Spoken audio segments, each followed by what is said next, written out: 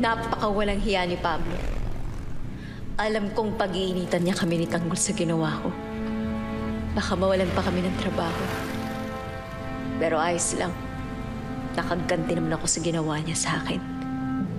Salamat nga siya at nakapagpigil pa ako at yun lang ang napala niya.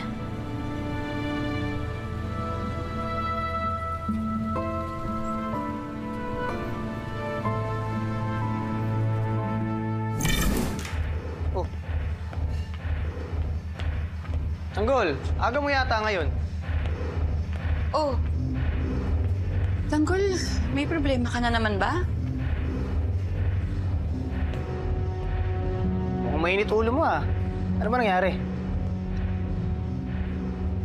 Iniwanan na namin si Bubbles. Baka mamaya, malate pa kami na Emo pag hinintay pa namin yun. Mawalan pa kami ng trabaho. Uy, huwag ka na uminom. Baka mamaya makita ka ni Boss B na umiinom sa oras ng trabaho. Matanggal ka pa.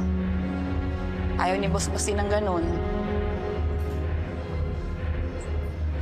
Tama na yan.